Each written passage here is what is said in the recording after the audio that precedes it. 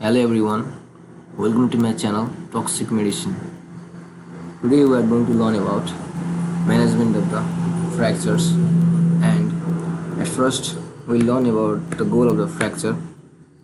The main goal of the fracture is to restore the anatomy back to its normal or as near to normal as possible, and the next responsibility is to ensure that there is no functional disability to the patient. Now we are going to classify the management of the fracture into following heads, and they are management of simple fractures, management of open fractures, and the third one is management of complicated fracture. Now talking about the management of the simple fractures, they are managed by conservative and operative methods.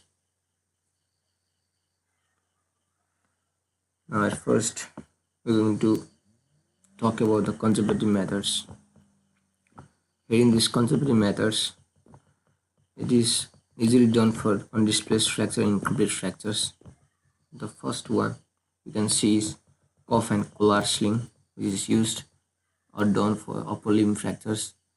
Here you can see a picture, a cute girl with cuff and collar sling. The second one is strapping, which is basically done for the fracture of clavicle, fracture of ribs, fracture of the finger, toe, etc.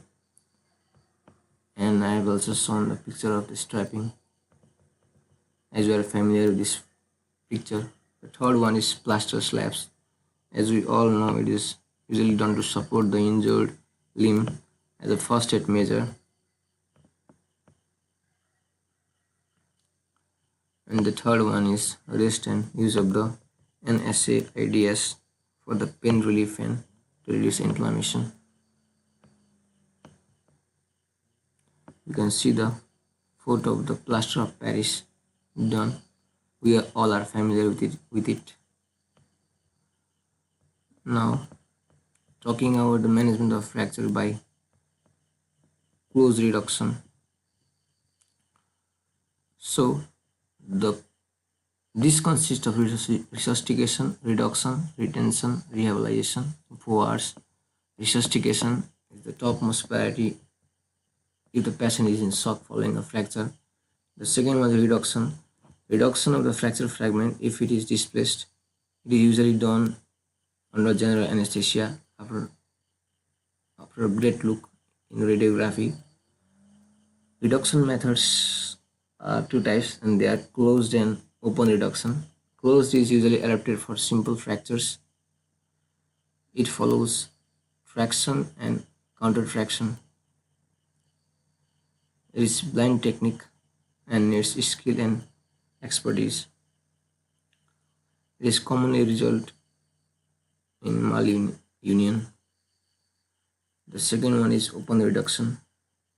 It is done when the above methods are failed or closed reduction is failed, and if there is specific indications, like I'm going to mention it. For example, replantation of the extremities. The second one is displacement or displaced intra-articular fracture. The third one is type 3 and type 4 epiphyseal injuries. Now, the principle of the open reduction we are going to learn about. The first is exposure. The fracture is adequately exposed through a proper approach. The second is reduction of the fracture fragment under direct vision is carried out. Third one is a temporary stabilization of the fragments by key wire is done if necessary. And the fourth one is definitive stabilization of the fracture using pair screws or intramedullary nail. Now, retention. Once the fracture fragments are reduced, it has to be retained in that position until the fracture unites, otherwise it tends to get displaced due to the action of gravity. Retention is done by the use of splint like plaster of Paris, most common splint. Could be slab, cast or brace. We all know it. And the second one you can do by the continuous muscle traction. Now talking about rehabilitation, it is done by the way of physiotherapy and exercises, both active and passive.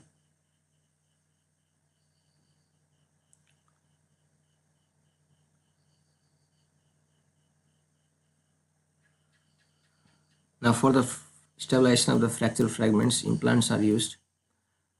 The first one is K-wire. It is generally used for epiphyseal fracture or injuries and fracture of the small bones of the hand and feet. And the diameter of the KY varies from 1 to 3 mm, it's very small. You can see the diagram I have given it. The second one is the screws. It is generally used for avulsion fracture and butterfly fragments. You can see the screws used in this radiographic diagram, and also butterfly like fragments you can see. And the third one is intramedullary nails for the fracture through the narrowest portion of the medullary canal of the long bone. You all know about the medullary canal of the long bone. You can see in the picture given below. Now the fourth one is plate and screws. It is usually combination of the plate and screws and used for the proximal and distal third fracture of the long bones. I have given the diagram below and the fifth one is interlocking nails. It is usually done for segmental fractures and comminuted fractures for making the alignment in the normal, and here the locking nails are used.